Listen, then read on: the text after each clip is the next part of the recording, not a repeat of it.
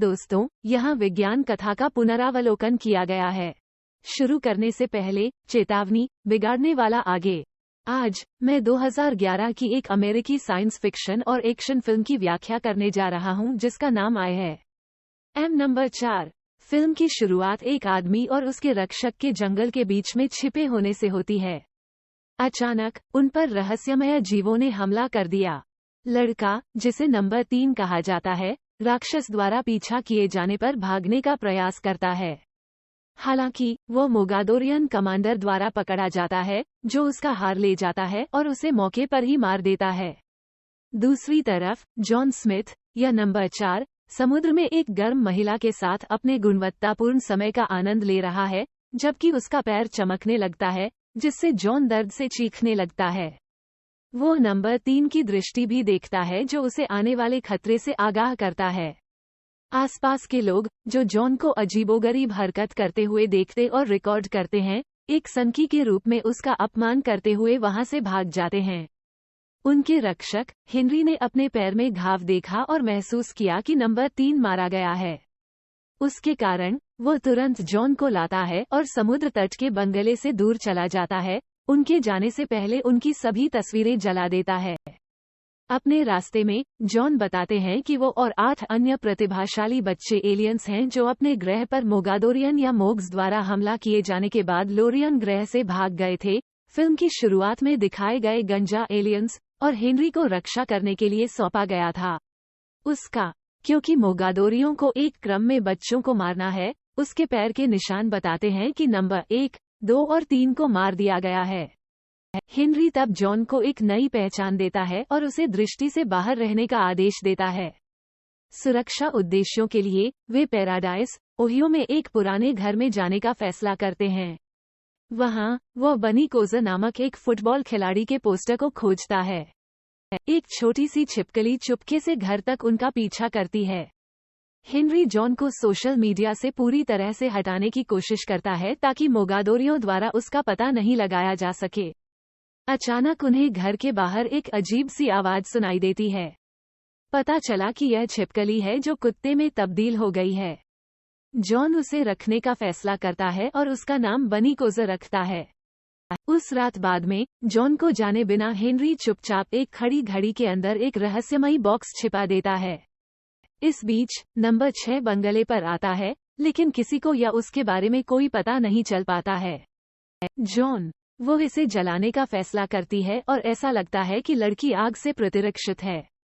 अगली सुबह जॉन अपना मन बदल लेता है और जोर देकर कहता है कि वो स्कूल जाना चाहता है। वादा किया कि वो एक लो प्रोफाइल रखेंगे। हेनरी उसे एक फोन देता है और अनिच्छा से उसे जाने की अनुमति देता है। अपने स्कूल के शेड्यूल का इंतजार करते हुए वो सारा को देखता है, जो प्रिंसिपल के कमरे में है, क्योंकि उसने चुपके से क्लास में उसकी एक तस्वीर ली और उसकी ओर आकर्षित हुई। उसके बाद एडमिन स्टाफ सारा को जॉन को उसके लॉकर में ले जाने का आदेश देता है। जल्द ही मार्क और उसके दोस्त जॉन से संपर्क करते हैं और अपना परिचय देते हैं।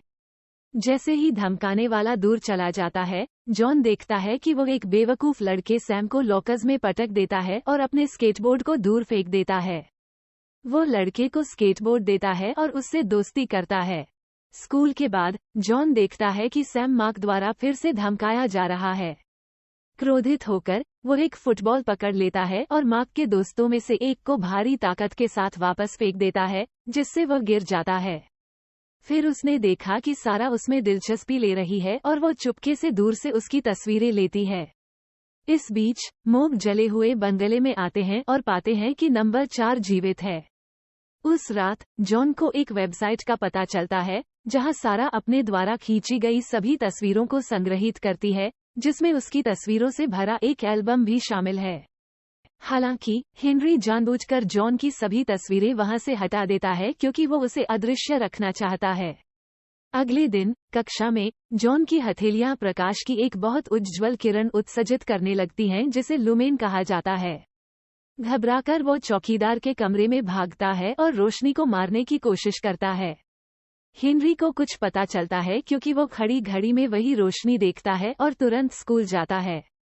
वो उसे शांत करने का प्रबंधन करता है, ये समझाते हुए कि चमक जॉन की विरासत का जागरण है। घर पहुंचने पर हेनरी जॉन से कहता है कि वह मजबूत और तेज हो जाएगा। इस प्रकार उसे ये सीखने की जरूरत है कि इसे कैसे नियंत्रित किया जाए। शक्ति के बारे में उत्सुक जॉन चुपके से अपने घर से बाहर निकलता है और अपनी क्षमता का प्रदर्शन करता है, जबकि कुत्ता चुपके से उसे देखता है। दूसरी तरफ मोगादोरियन कमांडर सुपरमार्केट में सारा खाना खरीदता है और उन्हें रहस्यमयी विशाल जीवों को खिलाता है। जॉन आश्चर्यजनक रूप से सारा से सड़क पर मिलता है और उसे टहलने के लिए ले जाता है, जहां वे सैम को अपने सौतेले पिता के साथ सड़क पर देखते हैं। वो उसे अपने घर पर रात के खाने के लिए आमंत्रित करती है, जहां वो उसे अपने परिवार से मिलवाती है। सारा के माता पिता जॉन को बताते हैं कि उनकी बेटी को फोटोग्राफी में बहुत रुचि है और वे शहर में रात के कार्निवल में जाने का सुझाव देते हैं। रात के खाने के बाद वे सारा के कमरे में जाते हैं, जहां जॉन को सारा की स्क्रैपबुक मिलती है, जिससे पता चलता है कि लड़की को फोटो खींचवाना पसंद नहीं है। दुर्भाग्य से जॉन के लिए बनी अचानक घर के बाहर दिखाई देता है, लगातार भौंकता है और जॉन को छोड़ने के लिए मजबूर करता है। अगले दिन सैम ने जॉन से कक्षा में हुई घटना के बारे में पूछा, लेकिन उसने जवाब देने से इनकार कर दिया। जैसा कि सैम अपने दोस्त को सारा से दूर रहने की चेतावनी देता है, गुलाबी रंग जो पहले मार्क द्वारा लगाए गए थे, उनके लॉकर से फट गए। जॉन की हथेलियां फिर से चमकने लगती हैं, लेकिन सौभाग्य से वह अपने गुस्से पर काबू पाने में सफल हो जाता है और वहां से चला जाता है। जब वे बाथरूम में सफाई कर रहे थे, बेवकूफ लड़का जॉन को अपने असली पिता के बारे में बताता है, जो एलियंस से ग्रस्त था और अचानक लापता हो गया। सैम का दावा है कि उसके पिता का अपहरण एलियंस ने किया था। हेनरी, जिसने सैम के पिता पर कुछ शोध भी किया था, एक पुराने कारखाने में जाता है जहां सैम के पिता ने प्रयोग किए थे। वहां वो स्तंभ पर रहस्यमय संकेतों और जमीन पर एक अजीब चमकदार चट्टान, जिसे लोकेटर के रूप में जाना जाता है, की खोज करता है। स्प्रिंग स्क्रीम फेस्टिवल के दौरान सारा ने स्वीकार किया कि वो और मार्क एक जोड़े हुआ करते थे, और जब वे टूट गए तो मार्क ने जानबूझकर अपने सारे राज दूसरों को बता दिए। ये जोड़ी फिर जंगल के माध्यम से प्रेतवाधित वैगन की सवारी पर जाती है। जब वे अगले कमरे में जाते हैं, हिल्स गेट, अचानक मार्क और उसके दोस्त उन पर हमला करते हैं और जॉन को पीटना शुरू कर देते हैं, जबकि दूसरा दोस्त सारा का अपहरण कर लेता है और उसे मार्क के पास लाता है।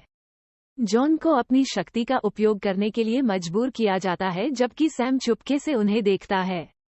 वो अंततः सारा को बचा लेता है और मैक्स की बांह को लगभग तोड़ देता है।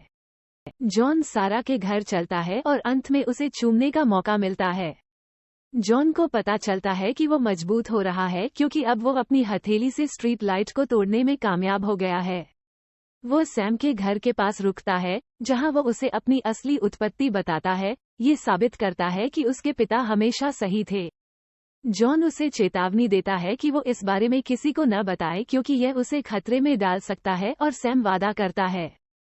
अगले दिन एक स्थानीय शेरिफ, जो मार्क के पिता निकला, जॉन के घर पर दिखा और उससे पूछताछ की। जॉन पर कल अपने बेटे पर हमला करने का आरोप लगाया, लेकिन जॉन ने ये कहते हुए इनकार कर दिया कि उसने कोई ध्यान नहीं दिया। उसके जाने के बाद हेनरी को जॉन पर गर्व है, क्योंकि वो क्षमता के लिए अभ्यस्त हो रहा है। लंबे समय के बाद समुद्र में तड़पते हुए जॉन का एक फुटेज वायरल हो गया और हेनरी ने उन्हें तुरंत जाने का सुझाव दिया, क्योंकि वो इसे मिटा नहीं सकता। जॉन अवज्ञा करता है और छोड़ने से इनकार करता है, क्योंकि उसे सारा से प्यार हो गया है। वो अपने रक्षक पर हमला करता है और दोनों एक छोटी सी लड़ाई में शामिल हो जाते हैं। कुछ क्षण बाद हेनरी का अपहरण कर लिया जाता है और जॉन को अपने रक्षक को बचाने के लिए एक निश्चित स्थान पर जाने के लिए मजबूर किया जाता है। सैम की कंपनी के साथ दोनों लोकेशन पर जाते हैं। आगमन पर जॉन सैम को एक आदमी का पीछा करने का आदेश देता है। जब वो उस घर में घुसता है जहां उसे लापता व्यक्तियों के कई समाचार पत्र मिलते हैं, और अंत में हेनरी को पता चलता है, जिसे बांधा जा रहा है। तब ये पता चला है कि अपहरणकर्ता दो साजिश रचने वाले हैं, जिन्हें मोगों द्वारा भेजा गया था। अचानक एक मोगादोरियन दरवाजे में धमाका करता है और उन पर हमला करने का प्रयास करता है। हेनरी एलियन से लड़ता है, जबकि जॉन और सैम वहां से भाग जाते हैं। सैम कार की चाबी खो देता है और जॉन कार को पावर देने के लिए अपनी क्षमता का उपयोग करता है। हालांकि जाने से पहले एलियन आता है और हेनरी के सीने में चाकू घोंप देता है। जैसे ही वे ड्राइव करते हैं, हेनरी अपने विशेष चाकू और लोकेटर को जॉन को सौंप देता है, जिससे पता चलता है सैम के पिता शेष लोरियंस के बच्चों को ट्रैक करने के लिए चट्टान का उपयोग कर रहे हैं। मरने से पहले हेनरी जॉन को अन्य बच्चों को खोजने का आदेश देता है क्योंकि उनकी संयुक्त शक्तियां मोगादोरियों को रोकने के लिए पर्याप्त होंगी। एलियंस साजिश रचने वाले के घर पहुंचते हैं और जॉन को पकड़ने में विफल होने पर उन्हें हत्या के उपकरण से अंजाम देते हैं। इस बीच पैराडाइज शेरिफ विभाग ने जॉन के घर पर छापा मारा और घोषणा की कि वो एक आतंकवादी है। सारा को शक हो जाता है और वो अपने प्रेमी से सवाल भी करती है। अपने रास्ते में सैम ने खुलासा किया कि उसके पास चट्टान का एक और टुकड़ा है जो उसके पिता को मेक्सिको में एलियंस की खोज के दौरान मिला था। जॉन चीजों को स्पष्ट करने और उसे अलविदा कहने के लिए सारा के घर रुकता है, जबकि सैम को अचानक बनी मिल जाता है जो उसे अपने गुप्त कोष में चट्टान खोजने में मदद करता है। हालांकि पुलिस घर पर दिखाई देती है और जॉन और सारा को छत पर ले जाती है। जैसे ही सारा उठती है, वो छत से फिसल जाती है और नीचे गिर जाती है। सौभाग्य से जॉन अपनी टेलीकिनेसिस शक्ति से उसे बचाने का प्रबंधन करता है।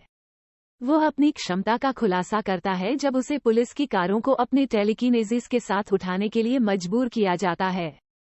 ये जोड़ी पुलिस से भागकर अपने स्कूल चली जाती है। इस बीच मोग ट्रकों के एक काफिले में आते हैं और मार्क और उसके पिता का सामना करते हैं।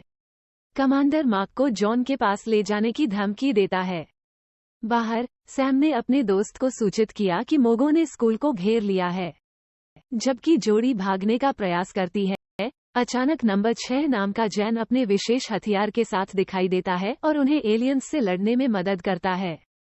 एक लड़ाई शुरू होती है और जैन अपनी गति से 2 एलियंस को सफलतापूर्वक समाप्त कर देती है। इस बीच मोग अपने उड़ने वाले छिपकली के राक्षसों को बाहर निकालते हैं, जबकि बनी अचानक एक भयानक राक्षस में बदल जाता है जो सैम को डराता है। वे अंततः टीम बनाते हैं, लेकिन राक्षस संलग्न होता है और स्कूल के अंदर अराजकता पैदा करता है।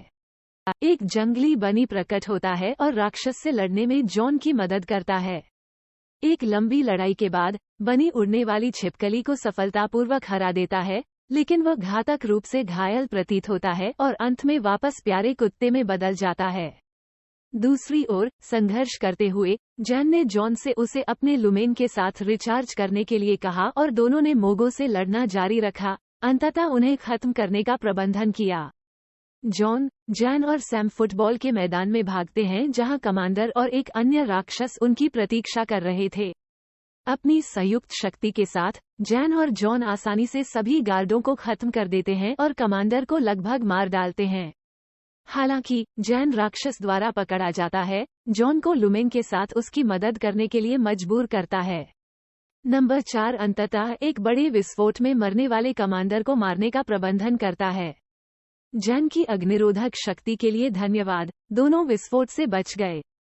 अगले दिन वे ब्लू रॉक्स को एकजुट करते हैं और शेष लोरियंस के बच्चों के स्थान की सफलतापूर्वक खोज करते हैं। मार्क आश्चर्यजनक रूप से दिखाता है और हेनरी के रहस्यमय बॉक्स को जॉन को सौंप देता है। सैम अब टीम का हिस्सा है और जॉन अपना आखिरी चुंबन सारा को देता है। फिल्म के अंत में एक घायल बनी अचानक प्रकट होता है और जॉन, सैम और जैन शहर छोड़ देते हैं। ऐसे ही रोमांचक और शानदार कहानियों के लिए चैनल को आज ही लाइक और सब्सक्राइब कर लीजिए, क्योंकि दोस्तों हम हर रोज आपके लिए नई फिल्म लाते रहेंगे। आप और कौन सी मूवी यहाँ देखना चाहते हो, कमेंट सेक्शन में बताओ।